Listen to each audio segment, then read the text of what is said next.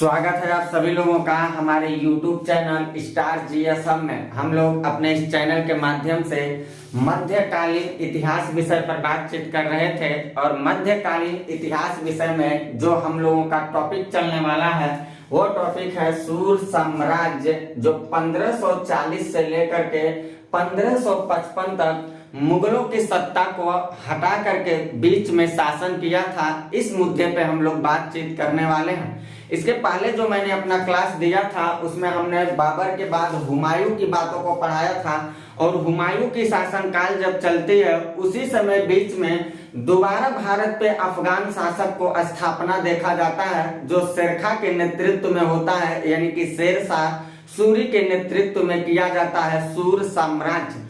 उसी सूर साम्राज्य से रिलेटेड मुद्दों पे हम लोग पूरी बातचीत करने वाले हैं। क्लास का संचालन करने से पहले हम आपसे ये कहना चाहेंगे कि अभी भी आप अगर हमारे चैनल को सब्सक्राइब नहीं किए हैं तो प्लीज चैनल को सब्सक्राइब करते चलिएगा, बेल आइकन को प्रेस करिएगा, वीडियो को लाइक करिएगा और ज्यादा से ज्यादा वीडियो को शेयर करते रहिएगा, ताकि आप लोगों के द्वारा दिए हुए सहयोग से हम अपनी बढ़ती हुई मनोबल को लेकर के पूरी गुणवत्तापूर्ण कंटेंट अपने YouTube चैनल के माध्यम से आप तक उपलब्ध करवाता रहूं। हम चलते सीधे अपने टॉपिक पे और हमारा टॉपिक है सूर साम्राज्य जी, जो सूर साम्राज्य लगभग 1540 से 1555 तक चला है। मुगलों की सत्ता के शासनकाल के समय है, यानी कि हुमायूं की सत्ता जब चल रही थी तो हुमायूं की सत्ता को उखाड़ फेंकने का काम सूर साम्राज्य से आने वाला शेर शाह सूरी ने किया था। और वो शेर शाह सूरी मुगलों की सत्ता को हटा करके लगभग 15 साल तक राज किया था। 1540 में मुगलों की सत्ता को हटाता है और 1555 तक लगभग अफगानों की शासन व्यवस्था को देखी जाती है बीच में। तो अफगानों के नेतृत्व करने वाला जो बादशाह आता है मेन इसमें जो है वो शेर शाह सूरी है। इसी शेर शाह सूरी के बारे में हम लोगों को क्लास देखना है, जिस शेर शाह सूरी की शासन व्यवस्था के आधार पर अगर देखा जाए तो 1540 से 1545 तक ही अपनी सत्ता को स्थापित करेगा, 40 से 45 तक करेगा। वैसे अफगान शासक तो 1540 से 55 तक अपनी सत्ता को स्थापित करके रहेंगे। तो शेर शाह सूरी से रिलेटेड अगर मुद्दों को देखा जाए तो इसके अगर जीवन परिचय पे एक नजर डाला जाए तो इसका जन्म जो हुआ था 1472 के आसपास बजवाड़ा में हुआ था, होशियारपुर के निकट इसका जन्म हुआ था। और कहा जाता है कि जब ये पैदा हुआ था तो ये शेर शाह सूरी के नाम से विख्यात नहीं था, बल्कि इसका प्रारंभिक नाम जो बताया जाता है वो फरीद खां था। फरीद खां के नाम से ये जाना जाता था। और इसके पिता जो थे हसन खां, ये हसन खां बिहार के सासाराम वाला जो क्षेत्र है उसी सासाराम के जमींदार के पद पर ये नियुक्त थे। ऐसा बताया जाता है कि सासाराम के जमींदार जो थे हसन खां, यानी कि शेरखा के जो पिता थे, इनकी जैसे मृत्यु हो जाती है तो इनके मृत्यु हो जाने के बाद ही शेरखा के जीवन की एक बुनियादी नजर दिखाई देती है। हालांकि उससे पहले देखा जाए तो शेरखा अपने जीवन काल में कईयों सारे क्षेत्रों पे अपना एकाधिकार पिता के नेतृत्व में करने की कोशिश किया था। और एक बार बड़े मजेदार सवाल पूछा था कि शेरखा ने अपनी शिक्षा प्रणाली को कहां से अध्ययन किया था। 1494 के आसपास, याद रखिएगा। इसने जितनी सारी शिक्षा व्यवस्था को लिया है वो जौनपुर से अपनी सारी शिक्षा व्यवस्था को इसने धारण किया है। शेरखा जो था, जो शेर शाह सूरी था, जिसका नाम फरीद खां बताया जाता है, 1472 के आसपास बजवाड़ा होशियारपुर में जिसका जन्म हुआ था, जिसके पिता हसन खां सासाराम के जमींदार पद पर नियुक्त थे। पिता के मर जाने के बाद देखा जाए तो ऐतिहासिक विडंबना जो थी वो अलग अध्याय के रूप में दिखाई देती है। कहा जाता है कि जब इसके पिता की मृत्यु हो जाती है तो अपने पिता के क्षेत्रों पे एकाधिकार करने के लिए चला जाता है, लेकिन पिता के क्षेत्रों पे जैसे सासाराम के क्षेत्रों पे शेरखा अपना अधिकार करता है, यानी कि फरीद खां जब अपना अधिकार कर लेता है तो अधिकार करने के कुछ ही दिन के बाद इसका जो सौतेला भाई था जिसका नाम बताया जाता है सुलेमान था, इसका एक सौतेला भाई था जिसका नाम सुलेमान बताया जाता है। ये सुलेमान जो था वो शेरखा से क्या करता है, विवाद छेड़ देता है। और विवाद हो जाने के कारण शेरखा अपने पिता के उत्तरदायित्व वाले, उत्तराधिकार वाले जितने सारे क्षेत्र थे उस क्षेत्र का संचालन कर पाना उसके लिए संभव नहीं हो पाता है। यही कारण है कि शेरखा अपनी शक्ति की विस्तार करने के लिए अपने भाई से विवाद नहीं करता है, बल्कि वो अपनी व्यवस्था को छोड़ करके कहीं अलग चला जाता है। और जो अलग क्षेत्रों में जाता है वो अलग क्षेत्र वो था बिहार के ही एक सुल्तान थे जिसका नाम मोहम्मद बहार खान लोहानी बताया जाता है। इस मोहम्मद बहार खान लोहानी के पास शेरखा चला जाता है अपनी शक्ति और सत्ता की संपन्नता को विस्तारित करने के लिए, क्योंकि इसका सौतेला जो भाई था सुलेमान, वो सुलेमान इसको समुचित रूप से शासन कोई बागडोर को संचालित नहीं करने दिया इसके पिता के मरने के बाद। और वो व्यवस्था इतनी ज्यादा डगमगा गई कि मजबूर होकर के शेरखा को बिहार के सुल्तान मोहम्मद बहार खान लोहानी के पास जाकर के नौकरी करने लगा। और यही वो जगह है जहां से शेरखा फरीद खान जो था वो शेरखा के नाम से भारतीय इतिहास में चमकता हुआ दिखाई देता है। कहा जाता है कि जब बहार खान लोहानी के पास ये नौकरी कर रहा था तो एक बार मोहम्मद बहार खान लोहानी जो थे वो शिकार के लिए निकले थे और शिकार के लिए शेरखा यानी कि फरीद खान को भी अपने साथ लेकर के गए थे, जहां फरीद खान ने अपनी कौशल क्षमता को इतनी पारंगतता के साथ रिप्रेजेंट किया दिखाया था कि उससे मोहम्मद बहार खान लोहानी बहुत प्रभावित हुए। और वो कौशल क्षमता ये था कि बताया जाता है कि जो फरीद खान था वो जंगल में एक शेर को एक ही वार करके तलवार से मार देता है और शेर को जैसे मार गिराता है इस बात से मोहम्मद बहार खान लोहानी काफी प्रभावित होते हैं। और प्रभावित होकर के लोहानी ने क्या किया, फरीद खान को, जो फरीद खान था उसको एक उपाधि दिए और वो उपाधि उसको देते हैं शेरखा की, यानी कि शेरखा की उपाधि से फरीद खान को विभूषित करते हैं और शेरखा की उपाधि को धारण करके ये अपनी सारी गतिविधियों को आगे बढ़ाने की कोशिश किया था। इसके अलावा देखा जाए तो शेरखा ने एक और भी उपाधि धारण किया था। जब बंगाल के विद्रोह चल रहे थे तो बंगाल का एक शासक थे जिनका नाम बताया जाता है नुसरत खान। इस नुसरत खान की बढ़ती हुई शक्ति और संपन्नता को तहस नहस कर दिया था और नुसरत खान की शक्ति को पराजित करके 1529 के आसपास की यह घटना है, एक उपाधि धारण किया था हजरत ए आला, यानी कि हजरत ए आला की उपाधि से अगर कोई पूछे भारतीय इतिहास में कौन बहुत ज्यादा विख्यात था तो आप कहेंगे शेरखा था। जो शेरखा की उपाधि को धारण करने किया था जिसको फरीद खान ने दिया था, वो भी एक शेर को मार देने की वजह से इस उपाधि को शेरखा की उपाधि को उसने धारण किया था। यहाँ तक कि जो इतिहास है शेरखा के जीवन की वो उसकी वीरता को दर्शाते हैं, लेकिन शेरखा की वीरता के साथ साथ उसके पास ऐश्वर्य और शक्ति संपन्नता अगर देखा जाए तो उसके भाग्य ने ही उसका साथ दे दिया। और भाग्य ने उसका साथ ये दिया था कि जो चुनार का क्षेत्र था वहां के राजा थे ताज खान, इनकी जैसे मृत्यु हो जाती है 1530 के आसपास की यह घटना है।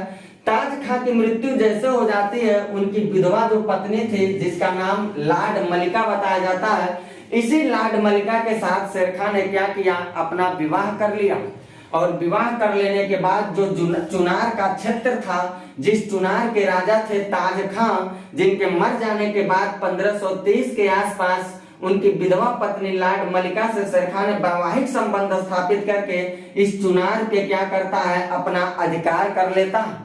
इसी चुनार पे घेरा डालने के लिए हमने हुमायूं पढ़ाते समय बताया था कि इसी चुनार को घेरा डालने के लिए हुमायूं लगभग 6 माह तक चुनार को कब्जा में किया था, 6 माह तक चुनार को घेरे में डाला था। और शेरखा ने क्या किया, हुमायूं जैसे एक शक्तिशाली शासक से तो वो जीत नहीं पाता, इसलिए 6 माह के बाद शेरखा स्वयं आकर के हुमायूं के सामने अधीनस्थता को स्वीकार करने की बात करता और हुमायूं जो था शेरखा को बिना पराजित किए चुनार के किले को छोड़ करके चला जाता, जिसको मैंने बताया था कि हुमायूं के जिंदगी की दूसरी भयंकर भूल थी।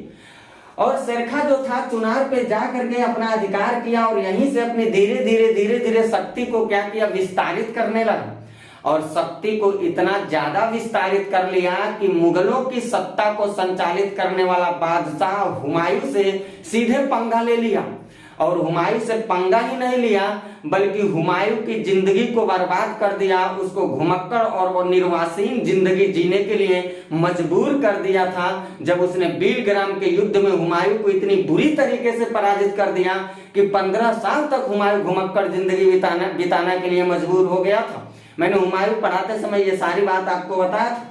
बहरहाल अभी यहाँ देखा जाए तो हुमायूं जो शेरखा जो था 1539 का चुनार के किले पे अधिकार लेने के बाद अगर देखा जाए तो 1539 का चौसा का युद्ध हो या 1540 के बीलग्राम का युद्ध हो, 1539 के चौसा का युद्ध करता है, 40 में बीलग्राम का युद्ध करता है और बीलग्राम या कन्नौज का जो युद्ध करता है, इस युद्ध में हुमायूं की सत्ता को उखाड़ फेंकता है और हुमायूं मजबूर जिंदगी लेकर के सिंध के क्षेत्रों में चला जाता है। ऐसे घुमक्कड़ की तरह 15 वर्ष तक अपनी जिंदगी को निर्वासीन जिंदगी की तरह व्यतीत करता है। और वही समय था 1540 के बीलग्राम के युद्ध का समय था, जब शेरखा जो था वो ऐसे मावलियों की तरह घूमते घूमते धीरे धीरे देखा जाए तो 1540 के आसपास दिल्ली की गद्दी पर वो बैठ जाता है।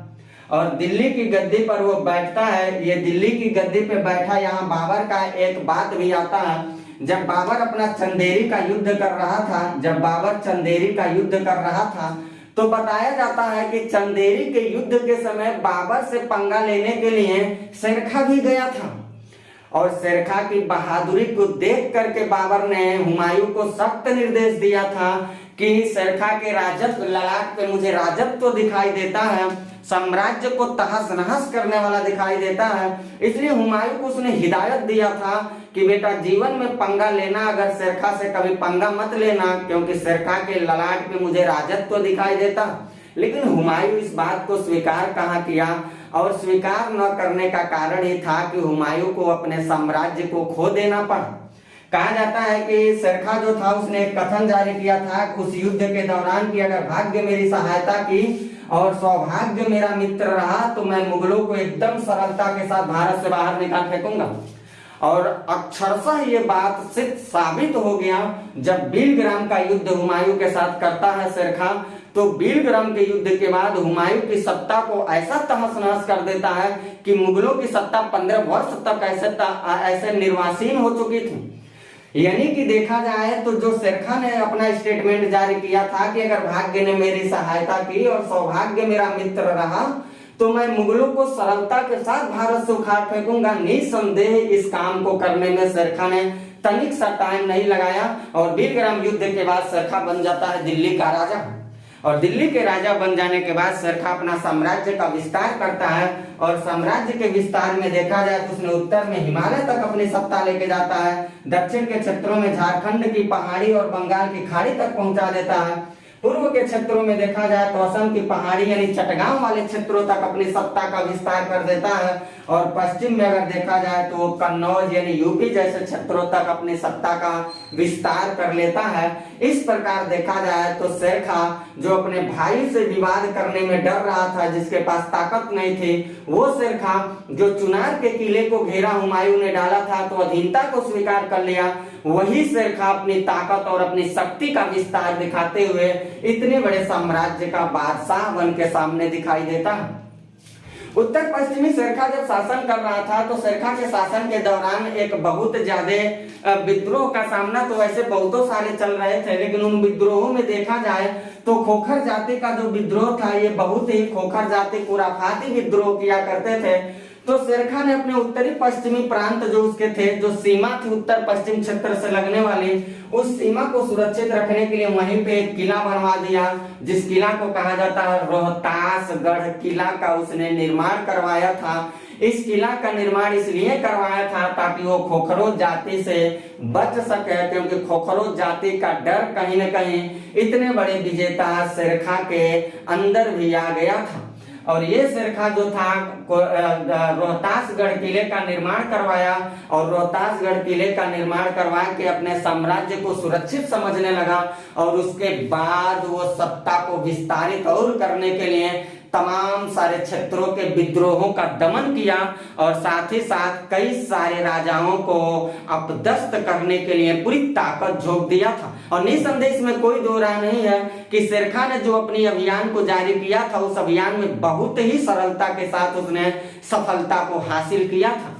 कहा जाता है कि जो इसने अभियान जारी किया, जो विद्रोह जारी किया था, उसमें 1541 के आसपास देखा जाए तो बंगाल के विद्रोह जो चल रहे थे, उस बंगाल के विद्रोह को बहुत सरलता पूर्वक उनका दमन कर दिया। इसके अलावा देखा जाए तो 1542 में मालवा के क्षेत्रों में जो विद्रोह हो रहे थे, उन विद्रोहों को बहुत सरलता पूर्वक उसने क्या किया, दमन कर दिया। 1543 के आसपास वो निकलता है रायसीन के विद्रोह के दबाने के लिए और रायसीन के विद्रोहों को भी बहुत सरलता के साथ उसने दमन कर दिया। 1544 के क्षेत्रों में समय देखा जाए तो राजस्थान के जो मालदेव थे, उस मालदेव के साथ सीधे युद्ध करता है और यहाँ भी उसने सफलता के साथ अपनी विजय का डंका बजाया था। इन तमाम सारे अभियानों के बाद और तमाम सारे विद्रोहों को दबाने से शेरखा के अंदर बहुत ज्यादा लालच आ चुके थे और शेरखा अपने इतनी ज्यादा ललचाई आंखों को ले चुका था कि वो समस्त क्षेत्रों पे अपना एक अधिकार करना चाहता था, लेकिन प्रकृति ने ऐसा होने ही नहीं दिया। प्रकृति ऐसा होने ही नहीं दिया।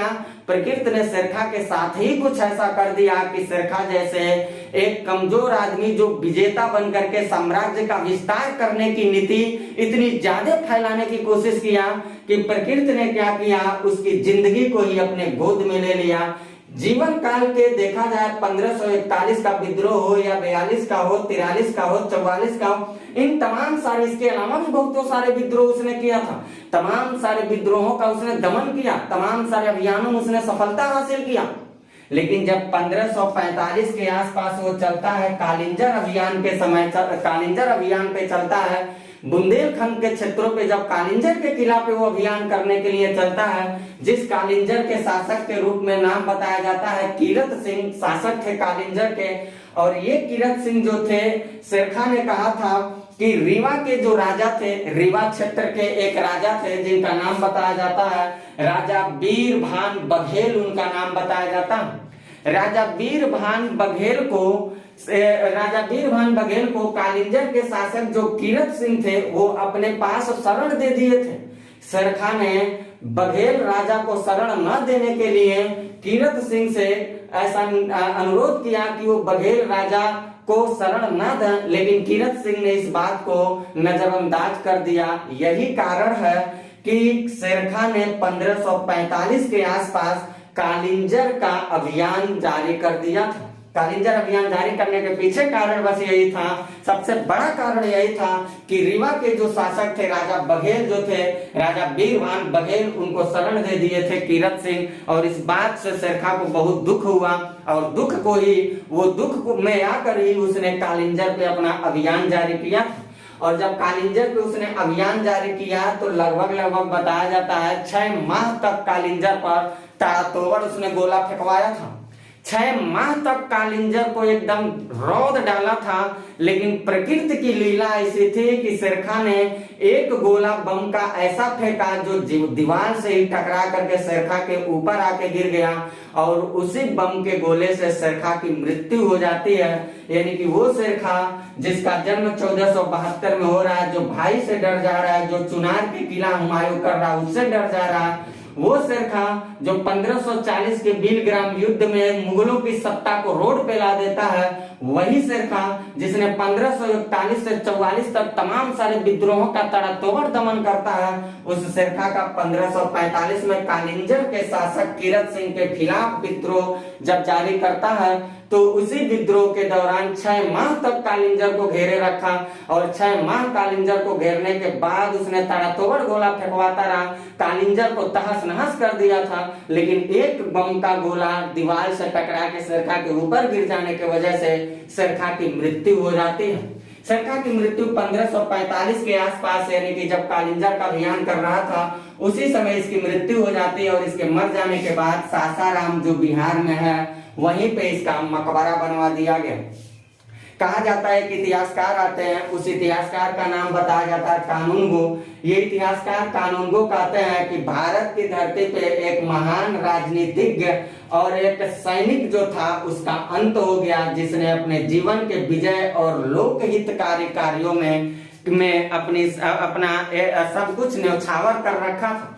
यानी कि इतिहासकार कानूनगो का कहना यह है कि महान राजनीतिज्ञ एवं सैनिक का अंत अपने जीवन के विजय और लोक हितकारी कार्यों के मध्य हो गया, ऐसा बताया जाता है, ऐसा कुछ बताया जाता है इतिहासकार कानूनगो के अनुसार।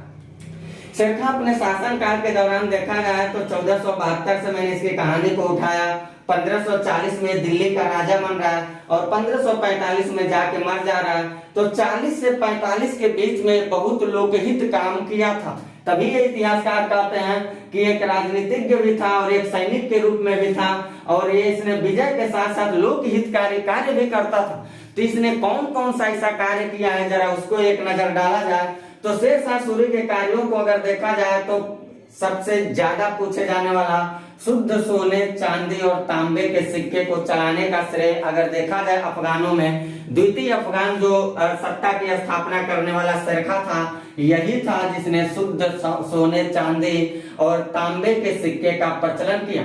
इसके अलावा देखा जाए तो मैंने यहाँ आपको बताया ही, यहाँ रोहतासगढ़ किले का निर्माण करवा रहा है। मैंने इधर बताया यहाँ पे रोहतासगढ़ किले का निर्माण करवाया, तो इसने रोहतासगढ़ किले का निर्माण करवाया। इसके अलावा देखा जाए तो पुराना किले का निर्माण करवाया। ये पुराना किला दिल्ली में ही है, दिल्ली में ही सब बनवा रहा है। पुराना किला जो था ये स्पेशल अगर देखा जाए तो जो हुमायूं ने दीन पनाह भवन बनवाया था, जो पुस्तकालय की श्रेणी से गिर के वो मरा था, उस दीन पनाह भवन को एक ध्वंसावशेष पे पुराने किले का निर्माण करवाया था। और पुराने किले के अंदर इसने एक मस्जिद बनवाया था। ये भी अक्सर एग्जाम में पूछा जाता है। किला एक कुन्हा नामक एक मस्जिद का इसने निर्माण करवाया था इसी पुराने किले में।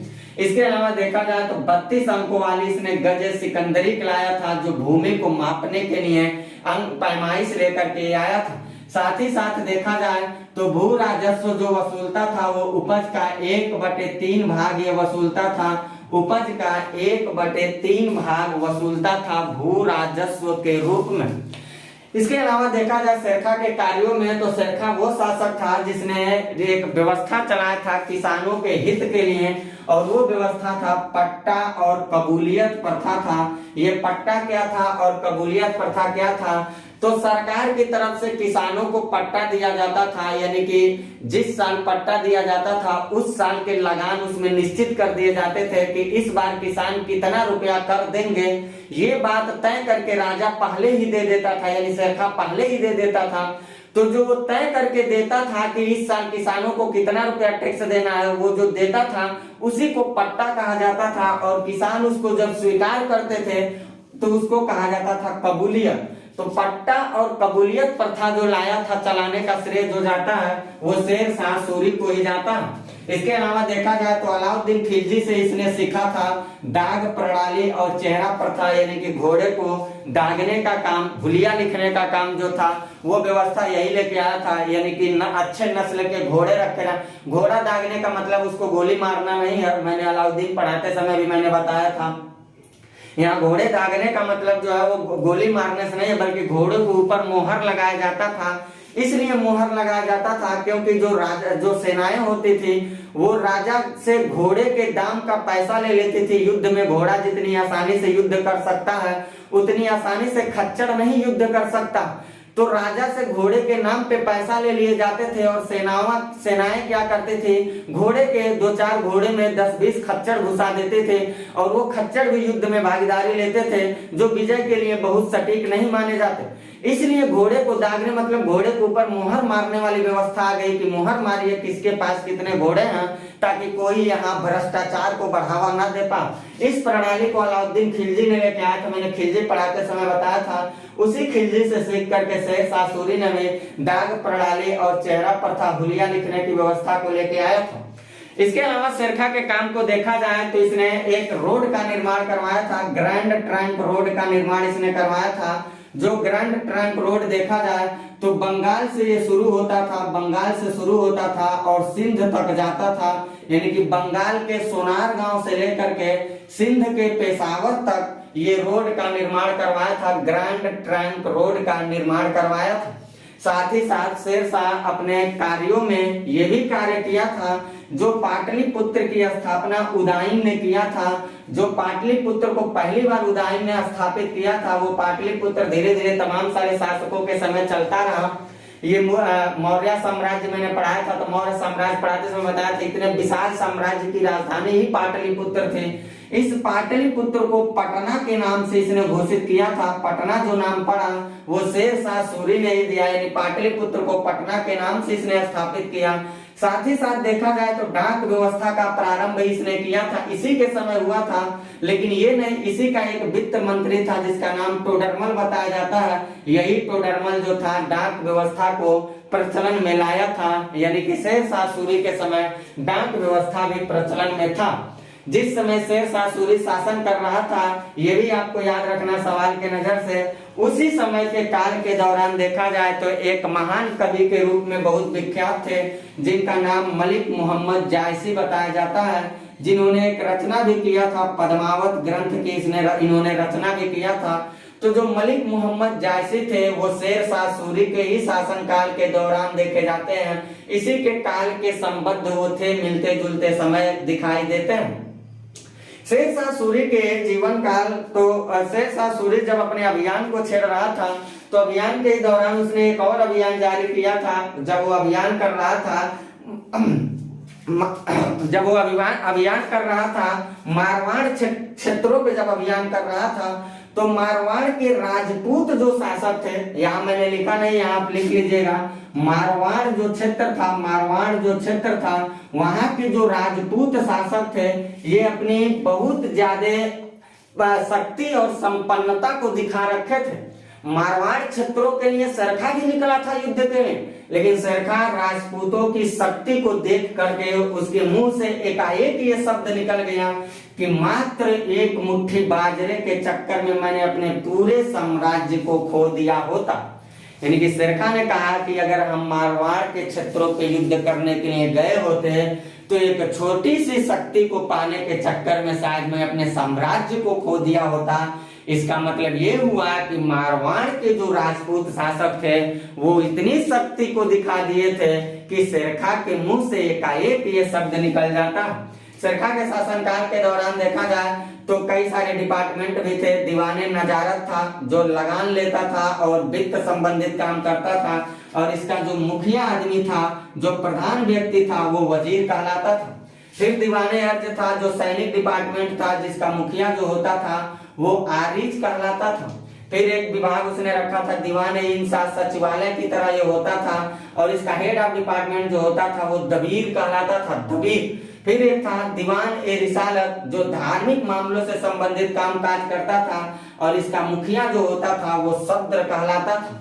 यानी इस प्रकार देखा जाए तो भारत की धरती पे आने वाला जो द्वितीय अफगान शासक थे जिसका नेतृत्व करने वाला शेरशाह सूरी था, वो शेरशाह सूरी 1540 से लेकर के 1545 तक उसने शासन किया था, और 1540 से 1545 तक ही मात्र उसने शासन किया।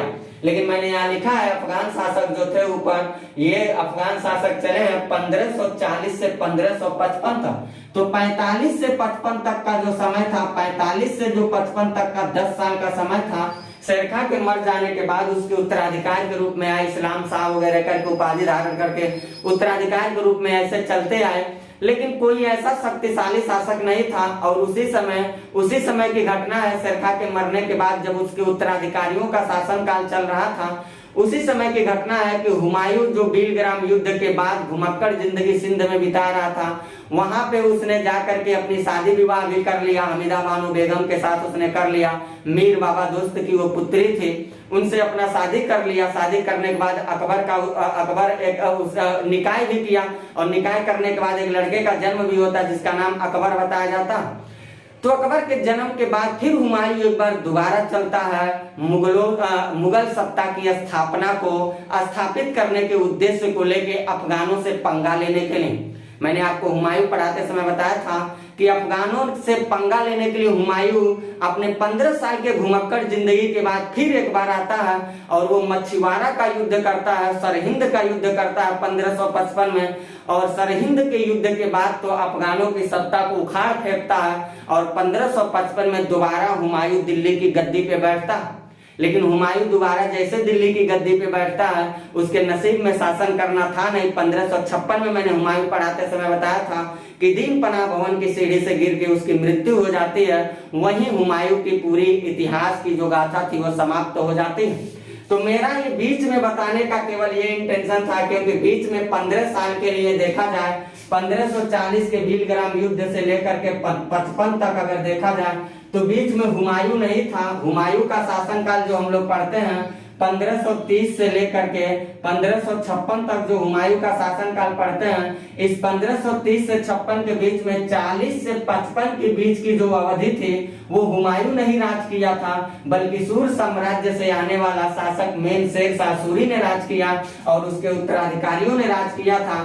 55 में जाकर के जब फाइनली सरहिंद का युद्ध हुमायूं जीतता है तब गद्दी पर बैठता है और एक ही साल के बाद मर जाता है। और हुमायूं के मर जाने के बाद देखा जाए तो उत्तराधिकार के रूप में उसका पुत्र चला आता है जिसका नाम अकबर बताया जाता है। तो अगला जो टॉपिक हम लोगों का चलेगा वो टॉपिक अकबर होगा। शेर शाह सूरी प्लस सूर साम्राज्य से रिलेटेड जो है इतनी सारी मुद्दों का आप ले सकते हैं स्क्रीनशॉट और इन सारे मुद्दों का नोटबुक बनाते हुए चलिएगा। बाकी जब मैं अपनी अगली क्लास के साथ मिलता हूं तो वहां मैं आपसे बातचीत करूंगा अकबर से रिलेटेड सारे मुद्दों पे। चूंकि अकबर एक बड़ा टॉपिक है तो हो सकता है 2 से 3 पार्ट में मैं वीडियो को लेकर के अकबर का आऊंगा। तो अकबर की क्लास का संचालन हम अपनी अगली क्लास में करेंगे। और अगर आप लोगों से मेरा एक अनुरोध भी रहेगा कि चैनल को अगर अभी तक आप लोगों ने सब्सक्राइब नहीं किया तो सब्सक्राइब कर लीजिएगा, बेल आइकन को प्रेस करिएगा, वीडियो को लाइक जरूर करिएगा और ज्यादा से ज्यादा आप वीडियो को शेयर करिएगा ताकि आप लोगों के दिए हुए सहयोग से हमारी बढ़ती हुई मनोबल आप लोगों के लिए गुणवत्तापूर्ण कंटेंट अपने चैनल से उपलब्ध करवाता हूँ। तो मिलता हूं मैं अपनी अगली क्लास में जहां हम बातचीत करेंगे आपसे अकबर से संबंधित मुद्दों पर। तब तक के लिए लेता हूं मैं इजाजत। Bye, best of luck.